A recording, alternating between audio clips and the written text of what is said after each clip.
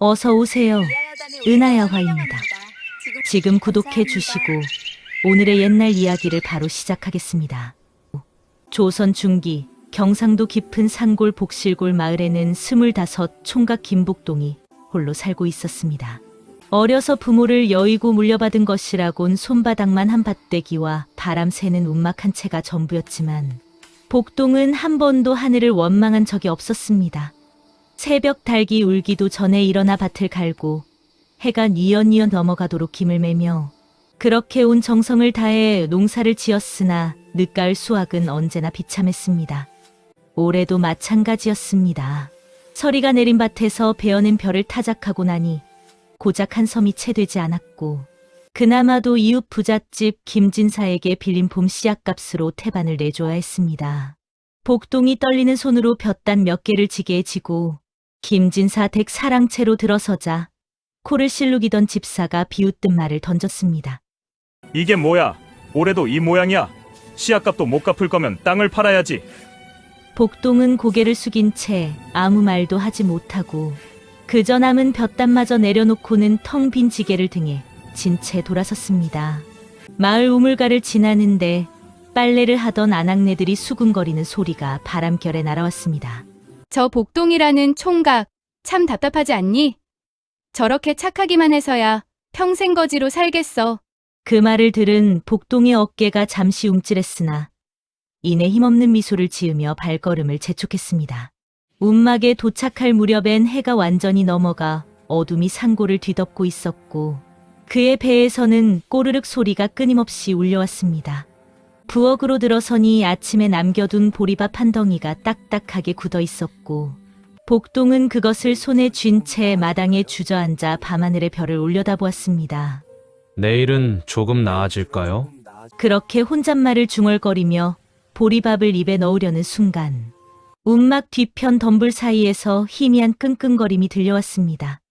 복동이 황급히 달려가 보니 뒷다리를 다친 토끼 한 마리가 덤불에 걸려 몸부림치고 있었습니다. 피가 흐르는 다리, 떨리는 작은 몸뚱이를 본 복동의 가슴이 먼저 아려왔습니다.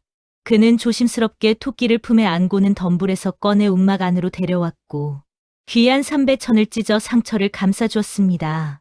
아프겠구나. 내가 가진 건 이것밖에 없어서 미안하다. 그리고는 자신이 먹으려던 보리밥 한 덩이를 반으로 쪼개어 절반은 토끼 앞에 놓고 절반만을 입에 넣었습니다. 토끼는 경계하는 듯 하다가도 이내 보리밥을 조금씩 먹기 시작했고 복동은 그 모습을 물끄러미 바라보며 흐뭇한 미소를 지었습니다. 배는 여전히 고팠지만 어째서인지 마음만큼은 이상하게 따뜻했습니다. 그날 밤 복동은 빈배를 움켜쥐고 누워 잠을 청했으나 배고픔과 추위에 좀처럼 잠이 오지 않았습니다. 이불이라고 해봐야 해진 무명 호치불 한 장이 전부였고 찬바람은 벽 틈으로 스며들어 뼈속까지 파고들었습니다. 그렇게 뒤척이던 중 갑자기 움막 밖에서 이상한 소리가 들려왔습니다. 감사합니다. 처음엔 바람 소리려니 했지만 다시 한번 또렷하게 들려오는 목소리의 복동은 벌떡 일어나 문을 열었습니다. 달빛 아래 상처를 감싼 토끼가 움막 앞마당에 앉아 그를 빤히 바라보고 있었고 그 입에서 다시 한번 사람의 말이 흘러나왔습니다. 복 많은 사람이여 고맙습니다. 복동은 눈을 비비고 또 비볐지만 토끼는 여전히 그 자리에 앉아 달빛을 받으며 빛나고 있었습니다. 그리고 다음 순간 토끼는 폴짝 뛰어 숲속으로 사라져 버렸고 복동은 멍하니 그 뒷모습을 바라보다가 털썩 주저앉았습니다. 꿈인지 생시인지 알 수 없었지만 그는 그날 밤 처음으로 편안한 잠에 빠져들었습니다. 다음 날 밤 복동은 또다시 잠을 설쳤습니다. 어젯밤 본 토끼의 환영이 자꾸만 머릿속을 맴돌았고 그 신비로운 목소리가 귓가에서 떠나지 않았기 때문입니다. 한밤중이 되자 움막 밖에서 다시 한번 이상한 소리가 들려왔는데 이번에는 토끼의 목소리가 아니라 깔깔대는 웃음소리였습니다. 복동이 문을 열고 밖을 내다보니 달빛이 유난히 환하게 산골을 비추고 있었고 그 빛을 따라 숲속에서 무언가 반짝이는 기운이 흘러나왔습니다. 복동은 신발도 제대로 신지 못한 채 그 빛을 따라 숲으로 걸어 들어갔고 가시덤불을 헤치고 바위를 넘어 한참을 올라가자 커다란 고목나무 한 그루가 나타났습니다. 나무 밑동에는 이끼가 수북이 쌓여 있었고 그 위에 작달막한 무언가가 방망이를 어깨에 메고 앉아 있었습니다. 달빛이 그 존재를 비추자 복동은 숨이 턱 막혔습니다. 뾰족한 귀, 커다란 눈망울, 빨간 조끼를 입고 머리에 삐죽삐죽 뿔이 솟은 그것은 바로 전설 속에서만 듣던 도깨비였습니다. 도깨비는 복동을 보자마자 깔깔 웃으며 벌떡 일어서더니 방망이를 휘두르며 금가루를 공중에 뿌렸습니다. 그러자 고목나무 주변이 온통 황금빛으로 물들었고 복동은 그 광경에 넋을 잃고 멍하니 서 있었습니다. 도깨비가 장난기 가득한 목소리로 입을 열었습니다. 크크크 김복동.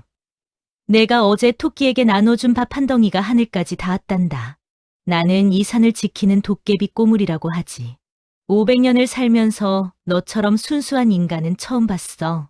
복동은 겁에 질려 뒷걸음질 치려 했지만 꼬물이는 웃으며 손을 내저었습니다. 무서워하지 마. 나는 나쁜 도깨비가 아니거든. 오히려 내게 복을 주러 왔지. 자, 나와 내기 하나 할래? 복동이 떨리는 목소리로 물었습니다. 내기요? 저 같은 사람이 도깨비님과 무슨 내기를.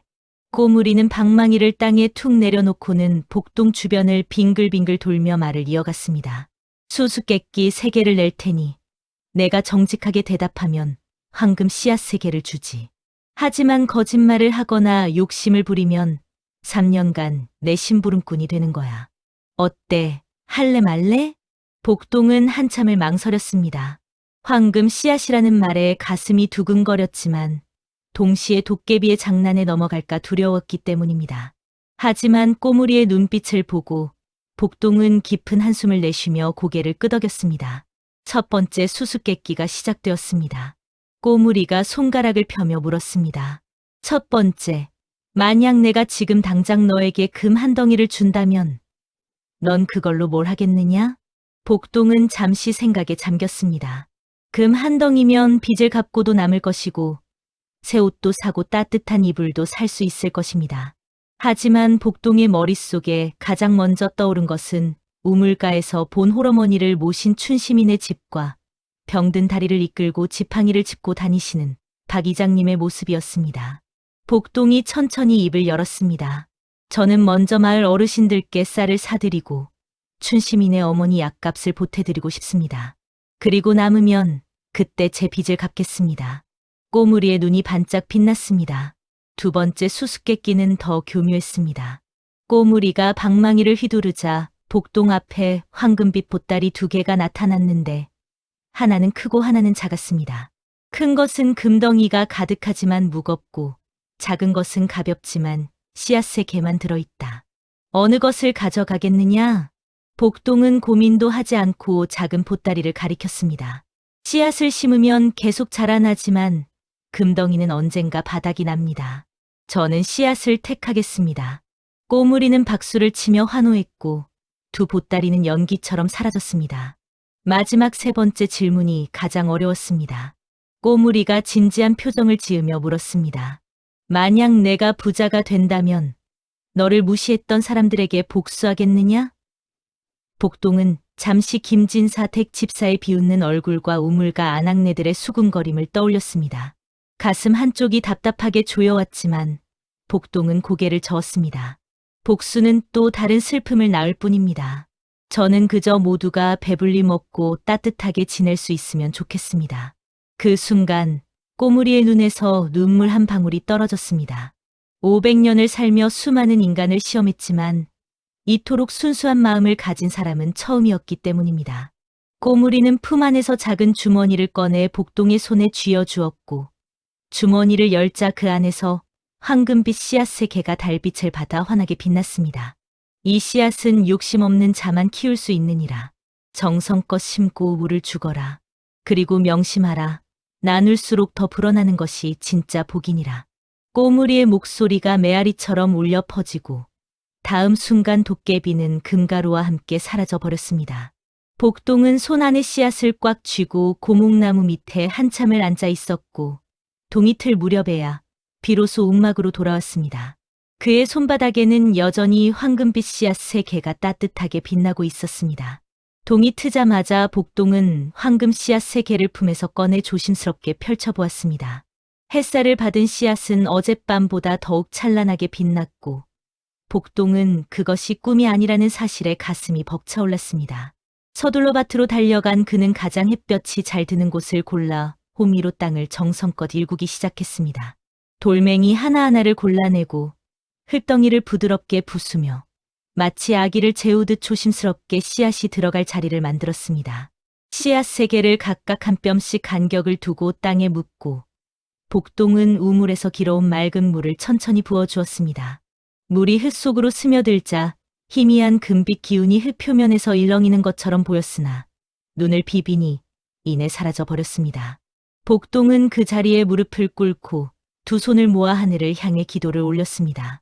부디 잘 자라나서 마을 사람들 모두가 배불리 먹을 수 있게 해주십시오.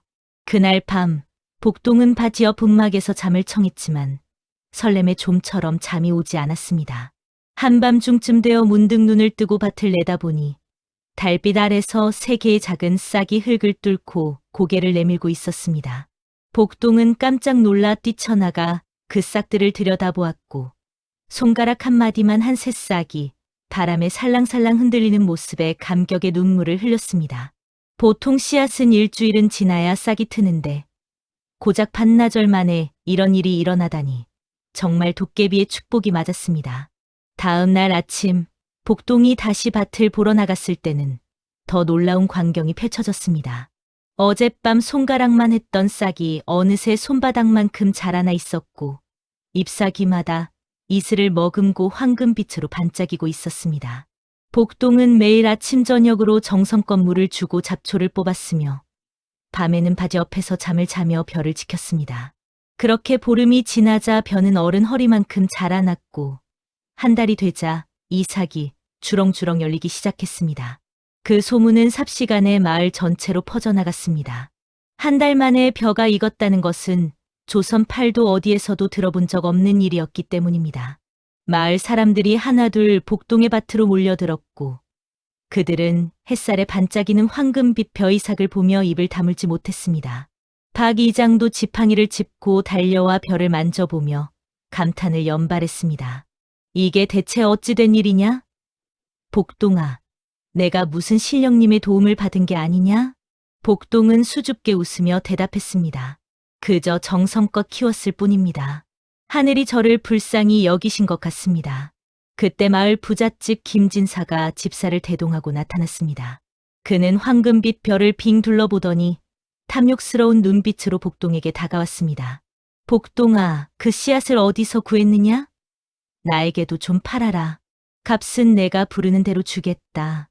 복동은 정중하게 고개를 저었습니다. 죄송하지만 씨앗은 이미 다 심었습니다. 그리고 그건 팔 수 있는 것이 아닙니다. 김진사의 얼굴이 불그락불락 변했지만 마을 사람들이 지켜보는 앞에서 함부로 행동할 수는 없었습니다. 그는 코웃음을 치며 돌아섰고 복동은 안도의 한숨을 내쉬었습니다. 며칠 후 드디어 추수의 날이 왔습니다. 복동이 낫으로 황금빛 벼를 베어내자 그 무게의 지게가 휘어질 정도였고 타작을 마치고 나니 무려 20섬이 넘는 쌀이 쌓였습니다. 작년에 고작 한 섬도 안 되던 것을 생각하면 상상도 할 수 없는 풍년이었습니다. 복동은 그 쌀을 보며 한참을 멍하니 서 있다가 이내 결심한 듯 자루를 메고 마을로 내려갔습니다. 첫 번째로 찾아간 곳은 춘심이네 집이었습니다. 병든 어머니를 모시느라 끼니조차 제대로 못 먹는 춘심이에게 복동은 쌀 2섬을 내려놓았습니다. 춘심이는 깜짝 놀라며 사양했지만 복동은 웃으며 말했습니다. 제가 받은 복을 나눠야 더 커진다고 들었습니다. 어머님께 맛있는 죽 끓여 드리세요.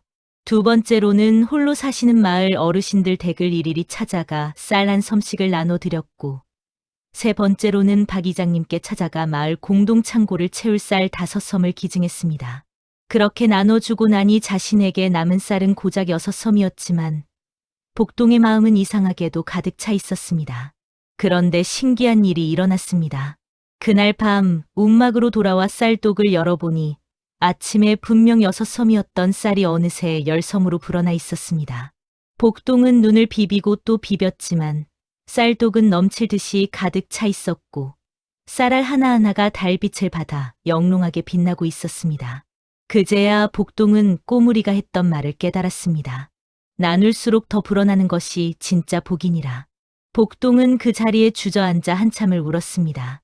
기쁨의 눈물이었고 감사의 눈물이었으며 동시에 앞으로 더 많은 이웃을 도울 수 있다는 설렘의 눈물이었습니다. 밖에서는 가을 바람이 불어와 황금빛 뼈 그루터기를 흔들었고 그 소리는 마치 축복의 노래처럼 들렸습니다. 복동의 밭은 그 후로도 놀라운 기적을 이어갔습니다. 가을이 지나고 겨울이 왔지만 황금 씨앗으로 자란 벼 그루터기는 마르지 않았고 봄이 오자 저절로 새싹이 돋아나 여름이면 또다시 황금빛 이삭을 맺었습니다. 1년 내내 끊임없이 쌀이 생산되었고 복동은 그 쌀을 마을 사람들과 끊임없이 나눴습니다. 처음에는 의심하던 사람들도 점차 복동의 진심을 알아보게 되었고 마을 전체가 그 어느 해보다 배불리 먹을 수 있게 되었습니다. 그해 가을 복실골 마을에는 근방에서 찾아보기 힘든 풍요로움이 찾아왔습니다. 굶주리던 아이들의 볼이 통통해졌고 병들어 누워있던 어르신들이 기력을 되찾아 마당을 거닐게 되었으며 춘시민의 어머니도 복동이 전해준 쌀로 끓인 죽을 먹고 병세가 크게 호전되었습니다. 마을 사람들은 이 모든 것이 복동의 덕분이라는 것을 잘 알고 있었고 어느 날 저녁 박 이장이 마을 사람들을 모두 모아놓고 제안을 했습니다. 여러분, 우리 복동이가 이 마을에 얼마나 큰 복을 가져다 주었습니까? 이제 복동이를 우리 마을의 대표로 모시는 게 어떻겠습니까? 마을 사람들이 일제히 박수를 치며 환호했지만 복동은 황급히 손을 내저었습니다. 아닙니다, 이장님. 저는 그저 하늘이 주신 복을 나눴을 뿐입니다. 제가 무슨 대표 자격이 있겠습니까? 하지만 복동의 머릿속에는 이미 더 큰 그림이 그려져 있었습니다. 그는 잠시 생각을 정리한 후 조심스럽게 입을 열었습니다. 대신 제가 한 가지 제안을 드려도 될까요? 모두가 함께 잘 사는 마을을 만들면 어떨까 합니다. 공동 창고를 지어서 풍년에는 쌀을 모으고 흉년에는 나눠 먹으며 아이들을 가르칠 학당도 함께 세우면 좋겠습니다. 그 말에 마을 사람들의 눈이 일제히 빛났습니다. 하지만 곧 누군가 걱정스러운 목소리로 물었습니다. 그런 큰일을 하려면 땅도 넓어야 하고 돈도 많이 들 텐데 우리가 어찌 그런 것을 마련하겠습니까? 바로 그때 뒤편에서 낯익은 목소리가 들려왔습니다.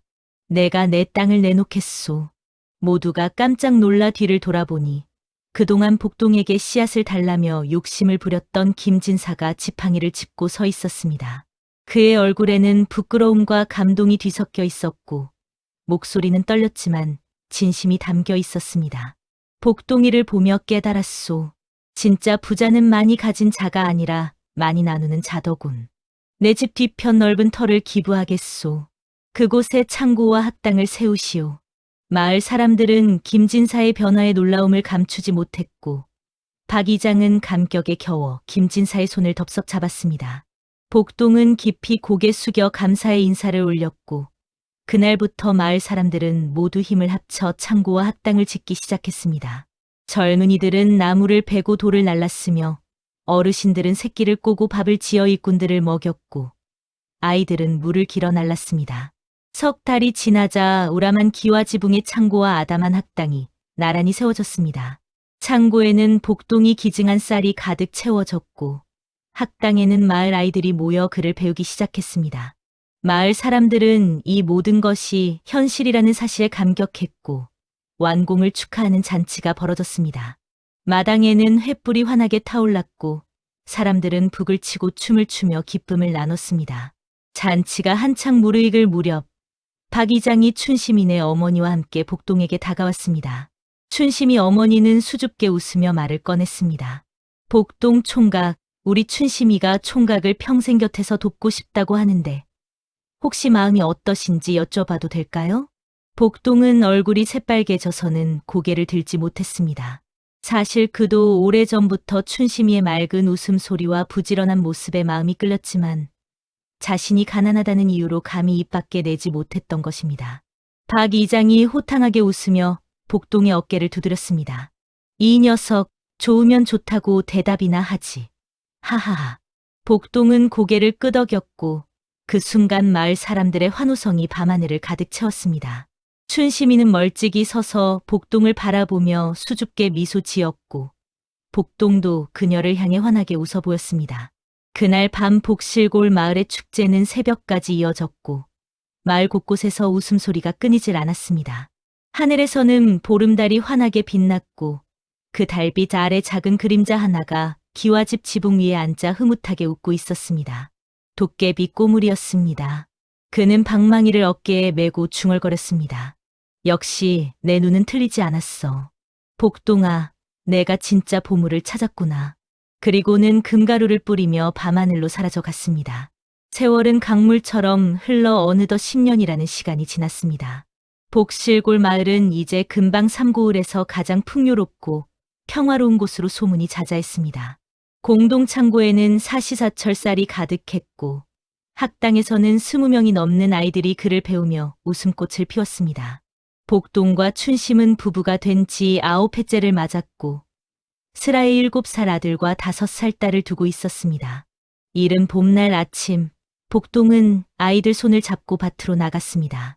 황금 씨앗으로 자란 벼는 여전히 해마다 풍성한 수확을 선물했고 밭 한쪽에는 새로 지은 기와집이 자리 잡고 있었습니다. 하지만 복동은 여전히 새벽같이 일어나 밭을 돌보았고 수확한 쌀의 절반은 여전히 마을 사람들과 나눴습니다. 아들이 아버지의 손을 잡고 고개를 들어 물었습니다. 아버지, 마을 사람들은 이미 충분히 많은데 왜 계속 나눠주세요? 복동은 아들의 머리를 쓰다듬으며 부드럽게 대답했습니다. 얘야, 나눔은 덜어내는 게 아니라 채우는 것이란다. 내가 크면 알게 될 거야. 그날 오후, 복동은 오랜만에 집 뒤편 창고를 정리하다가 낡은 나무 상자 하나를 발견했습니다. 먼지를 털어내고 뚜껑을 열자 그 안에는 10년 전 도깨비 꼬물이에게 받았던 황금 씨앗 중 마지막 한 개가 여전히 황금빛을 잃지 않은 채 놓여 있었습니다. 복동은 그 씨앗을 손바닥에 올려놓고 한참을 들여다보았습니다. 3개의 씨앗 중 2개는 이미 심어 마을에 풍요를 가져다 주었지만 마지막 하나만큼은 일부러 땅에 묻지 않고 보관해왔던 것입니다. 그때 등 뒤에서 익숙한 목소리가 들려왔습니다. 크크크, 복동아. 10년 만이로구나. 그 씨앗을 왜 아직도 안 심었느냐? 복동이 깜짝 놀라 돌아보니 도깨비 꼬물이가 10년 전과 똑같은 모습으로 창고 문턱에 걸터앉아 방망이를 휘두르고 있었습니다. 복동은 반가움에 얼굴이 환해졌고 꼬물이에게 깊이 허리를 숙여 인사를 올렸습니다. 꼬물이님, 오랜만입니다. 이 씨앗을 사실 일부러 심지 않았습니다. 욕심이 생길까 봐 두려웠거든요. 꼬물이는 고개를 갸웃하며 물었습니다. 욕심, 내가, 그게 무슨 소리냐? 넌 이미 2개의 씨앗으로 마을 전체를 먹여 살렸는데. 복동은 씨앗을 다시 상자에 넣으며 조용히 대답했습니다. 2개로도 이미 충분합니다. 이제 저에게는 사랑하는 아내와 아이들이 있고 함께 웃고 울 이웃이 있으며 매일 따뜻한 밥을 먹을 수 있습니다. 이보다 더 큰 황금이 어디 있겠습니까? 3번째 씨앗까지 심으면 제가 교만해질까 봐 겁이 났습니다. 그 순간 꼬물이의 눈에서 반짝이는 눈물 한 방울이 떨어졌습니다. 500년을 살며 수많은 인간을 지켜봤지만 부와 권력 앞에서 겸손을 잃지 않는 사람은 손에 꼽을 정도였기 때문입니다. 꼬물이는 방망이를 한번 휘두르자 복동의 손 안에 있던 마지막 씨앗이 황금빛 빗줄기를 뿜어내며 하늘로 솟아올랐습니다. 그 빛은 마을 전체를 감싸며 따뜻한 기운을 퍼뜨렸고 창고 안의 쌀, 밭의 벼, 학당의 책들이 모두 은은하게 빛났습니다. 복동아, 이것이 마지막 축복이다. 내가 심지 않은 그 씨앗은 내 마음속에 영원히 자리 잡을 것이고 내 자손 대대로 이 마을을 지켜줄 것이니라. 진정한 부는 쌓아두는 것이 아니라 나누는 것이고 진정한 행복은 가진 것에 감사하는 것임을 너는 증명했느니라. 꼬물이의 목소리가 메아리처럼 울려 퍼지고 그는 금가루와 함께 봄바람에 흩어져 사라졌습니다. 복동은 한참을 하늘을 올려다보다가 이내 집으로 돌아가 아내와 아이들을 꼭 껴안았습니다. 춘심은 남편의 따뜻한 품에 얼굴을 묻으며 행복한 미소를 지었고 아이들은 까르르 웃으며 아버지 품에 매달렸습니다. 저녁 무렵 복동은 가족과 함께 마을 뒷산 언덕에 올랐습니다. 노을이 지는 하늘 아래 복실골 마을이 한눈에 내려다 보였고 기와집 굴뚝에서는 저녁밥을 짓는 연기가 평화롭게 피어올랐습니다. 학당에서는 아이들의 낭낭한 글 읽는 소리가 들려왔고 창고 앞마당에서는 어르신들이 모여 이야기꽃을 피우고 있었습니다. 복동은 아내와 아이들의 손을 꼭 잡고 두 손을 모아 하늘을 향해 기도를 올렸습니다. 하늘이시여, 부족한 저에게 이토록 큰 복을 주셔서 감사합니다. 앞으로도 이 마음 잃지 않고 이웃과 함께 기쁨을 나누며 살겠습니다. 바람이 불어와 복동의 머리카락을 흔들었고 그 바람결에 꼬무리의 웃음소리가 희미하게 들리는 듯했습니다. 복동은 환하게 웃으며 가족과 함께 마을로 내려갔고 그의 뒷모습은 석양빛에 물들어 황금빛으로 빛났습니다. 진정한 황금은 땅 속이 아니라 우리의 마음과 이웃 속에 있다는 것을 가르쳐 준 김복동 총각의 이야기였습니다.